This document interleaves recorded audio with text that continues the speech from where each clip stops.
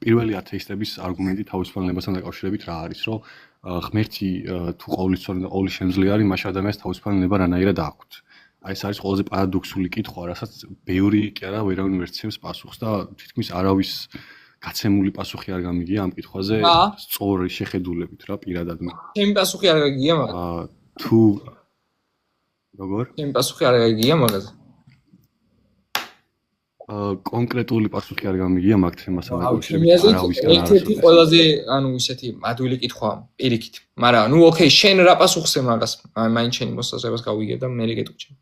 ესე ვიტყვი, ღმერთის ყოვლის შემძლეობა და ყოვლის ცოდნეობა ჩემი პირადი აზრით რაც ბევრს არ ცვლის, მაგრამ ზოგადად როცა მან შექმნა ადამიანი თავის სახედახატად მისად, ანუ თავისუფლებით ადამიანი, ჩემი აზრით ღმერთის ყოვლის მცოდნეობა მან დაიკარგა მხოლოდ კონკრეტულად მაგ საკითხში, რომ ანუ ადამიანის თავისუფლებას ვერ ეხება ვერანაირად. ფალასია, შეუძლებელი. და გეტყვი რატო? ჯერ ესეთი გაბიგაბო, ამე არ ვიცი შენ რატო გეგონა ეგ რთული კითხვა და რავი მილიარდჯერ ახ ამაზე პასუხს სცემდნენ, რავი ანტიკურ ფილოსოფოსს საერთოდ ქრისტეს განკაცებამ. შენ უნდა გამიჯნო ერთმანეთისგან კოზალური დეტერმინიზმი და რაღაცის წინასწარ ცოდნა. მე ვიცი რომ ხვალ წვიმს. შენი აზრით რამე კავშირი მაქვს იმასთან რომ წვიმს. ანუ ცოდნა რომ გამიჯნო რაღაცა გამოწვევ მიზეზად ყოფნასთან. მე ვიცი ხვალ წვიმს, მე ვიწევ თუ არა წვიმას. არა ხო? ანუ არაფერს უაში არ ვარ წვიმასთან, მაგრამ ვიცი რომ ხვალ წვიმს. ჯოხეთში მოხვედრასთან დაკავშირებით ღმერთმა რაც არ უნდა ეცადოს ადამიანს ძალით ვერ დააძალებს და ვერ არა ეგ სხვა თემა, სხვა რაღაც არა მისა გაბიგაბო სხვა რაღაცას გიხსნის, მაგრამ სხვა რაღაცას გიხსნი, ნახე სხვა რაღაცას გეუბნები.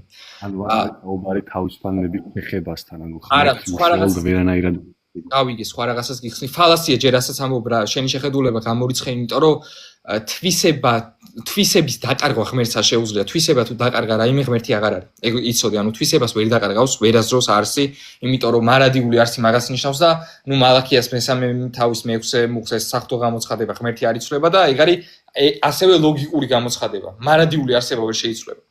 მაგრამ ნახეთ ემ არა არის. ანუ რაღაცის წინასწარ ცოდნა არ ნიშნავს რომ მაგ რაღაცის გამოწვევი მიზეზი ხარ. ანუ ღმერთმა წინასწარ იმიტომ კი არ იცის რაღაცები რომ მან რომ ესე უნდა მოხდეს. ღმერთმა წინასწარ იმიტომ იცის რომ დროის მიღმა, თორე დროში გადაწყვეტილებას ადამიანი იღებს. მაგალითად, იესო როდესაც ამბობს რომ იუდა, ანუ ერთ-ერთი თქვენგანი გამცემს მე, ეს იმას კი ანიშნავს რომ იესომ განსაზღვრა რომ ერთ-ერთი მათგანი გასცემდა. არა, უბრალოდ იესოს პერსპექტივიდან ერთ-ერთმა მათგანმა უკვე გასცა. ანუ მისი პერსპექტივიდან მოვლენები უკვე მომხდარია დროის მიღმა. აი როგორც წარმოიდგინე მე და შენ რო ერთად ცხოვრობდეთ, მე რო გავიდე ისა მე რო ფეხბურთის თამაშები დავაპაუზო, გავიდე სამსახურში და მოვიდე. და შენ რო მითხრა ყველა ფეხბურთის თამაშის ანგარიში. ანუ რაც კი 7 თამაში რო იყოს და 7-ვეს ანგარიში რო მითხრა და მე რო მაინც უყურო. მოედანზე გასაგებია ორი წუთი ბოდიში 64 დროის მიღმა არის? 64 არ არის დროის მიღმა, დროის მიღმა არაფერი არ არის ღმერთის გარდა. ანუ არც 64 და ჯოჯოხეთი დროის მიღმა არ არსებობს. არა, ცხადია, ჯოჯოხეთი დროში არსებობს 64 ჯოჯოხეთი. ცხადია, დროის მიღმა ნიშნავს მარადიულად არსებობას და 64-ს და ჯოჯოხეთს მით უმეტეს, ჯოჯოხეთი საერთოდ ქმნილების თავისუფალინების არასწორმა გამოყენებამ წარმოშვა, პარაზიტული ყოფიერება. და 64-ს, ანუ 64 ნიშნავს, რომ რომელიმე ქმნილება, აი სიტყვა გეუბნება, 64 სამებასთან მეოთხე, ანუ რომელიმე ქმნილება ღმერთთან იყო. მარადიულია, ჯოჯოხეთის მარადიულია, მარადიული სიტყვა შეგიძლია თქვა, რომ უსასრულო და მაგრამ მარადიული ნიშნავს დასაწყისიც რო არ აქვს და 64-ის დასაწყისი აქვს, იმიტომ რომ 64 უკვე ქმნილებას მოიაზრებს და ყველა ქმნილებას დასაწყისი აქვს აბსოლუტურად. ანუ ქმნილება არ არსებობს, რომელსაც დასაწყისი არ აქვს. ქმნილება მაგიტო ხვია. ანუ შენ ამბობ, რომ არის შექმნილი 64 და ჯოჯოხეთი. მე ვამბობ არ არსებობს. როგორ? ანუ შენი აზრით ამბობ რა, ანუ შენ რასაც ახლა საუბრობ, შენი დაკვირვებიდან გამომდინარე 64 ჯოჯოხეთი დროის მიღმა არ არსებობს. 64 ჩემი აზრით არა. თემა რა არის, იცი რომ მე ვამბობ არა, ნახე. მე ჩემი აზრით 64 დროშია და რაღაცები არა. ჩემი აზრით არა, ლოგიკურად შეუძლებელია დროში არ იყოს, იმიტომ რომ ხო მეთანხმები რომ ყველაფერი რაც არსებობას იწყებს დროშია. ანუ მაგ პრემისზე მეთანხმები მაგ თეზისზე? ხო? ბატონო გეთანხმები, მაგრამ ღმერთი 64 ხო მოიაზრებს. 64 ხო ავტომატურად მოიაზრებს. 64 ჯოჯოხეთის უნდა იყოს, ანუ იქითა სამყარო, ანუ დროის მიღმა უნდა იყოს ეს ყველაფერი. დროის მიღმა უნდა იყოს მოქცეული 64 ჯოჯოხეთი. გაბო, მომისმინე ძმაო, დროის მიღმაში დაახლოებით ხო, ისა, ნიკა, დროის მიღმა დაახლოებით იცი რას ნიშნავს, ანუ რას გულისხმობ დროის მიღმაში როცა ან დრო რას ნიშნავს შენი აზრით? ანუ რეალურად ღმერთი ხო არის სამი განზომილების ანუ 4 ჩემი აზრით დროის დეფინიცია შეიძლება დროც არ გესმის ჩემი აზრით. დრო რა არის? დრო რა გონია მაგალითად? აი გრავიტაცია. რა? რეალურად. გრავიტაცია. გრავიტაცია. ანუ ღმერთთან ყოფნა ნიშნავს, რომ ანუ შენც უკვე იმ განზომილებაში ხარ გადასული, ამ ყველაფრის მიღმა. უძმეს ღმერთი არ არის განზომილებაში, არაფერში არ არის, ანუ განზომილების მიღმა. არა, ხო და ანუ არ გესმის არგუმენტი რა შენ დროის მიღმა ვერასდროს ვერ იქნები. ანუ ეგ იგივეა რომ ითხრა რომ მე ოდესმე ვიქნები დაუსაბამო. დაუსაბამო ვერასდროს ვერ იქნები. შენ ყოველთვის დასაწყისი გექნება. დასაწყისი გაქვს. ისა ნიკუშ რასაც გიხსნიდი, ანუ დროის მიღმა შენ ვერასდროს ვერ იქნები. ანუ შეუძლებელია ლოგიკურად. ანუ დროის მიღმა არის მარტო ის რასაც ვისაც დასაწყისი არ აქვს. და წერტილი. ანუ მაგას ნიშნავს მაგრამ გასაგებია ყოველთვის, მაგრამ თუ ლოგიკურად საუბრობთ, ჩემი არგუმენტი არის იმასთან დაკავშირებით, რომ შენ ღმერთი ვერ გაიზოლებს მასთან ყოფნას. და ანუ მაგას საუბრობ, რომ მაგთან გამომდინარე საუბრობ, რომ შენ რახან გაქვს თავისუფალება, ჩემი აზრი ესეთი არის, რომ ანუ ღმერთის ყოვლისშემძლეობა მაგით არ მცირდება არაფერს, თუ ანუ ის კი ყოვლისშემძლე არის, იმას ყველაფერზე ზემოქმედება შეუძლია, გასაგებია. მაგრამ როცა მან უკვე შექმნა შენ თავისუფალებით, აი მარტო მაგაში იზღუდება რა, ანუ მარტო მაგის შეიზღუდა თავისთავად ჩემი აზრით ეგ არის რა. რავი, როგორ აღიხსნა სხვანაირად ლოგიკასთან არანაირი კავშირი არ არის რასაც იძახი. ანუ პირიქით, ანუ სრულიად ალოგიკურ რაღაცას იძახი და სხვანაირად როგორ აღიხსნა. რაღაცის წინასწარ ცოდნა არ ნიშნავს, რომ იმ რაღაცის გამოწვევი მიზეზი ხარ. დროის მიღმა კატეგორიაში მყოფი პიროვნება შეუძლებელია, რომ დროში რაც ხდება, ყველაფერი არ იცოდეს. თუ დრო მისი შექმნილია, დრო არის მისი შექმნილი კატეგორია. ყველაფერი იცის, დროის მიღმა შეუძლებელია არ იცოდეს. ანუ იმიტომ რომ სხვა გასაგებია, მაგრამ მხრიდან უკვე მივდივართ იმ პარადოქსზე.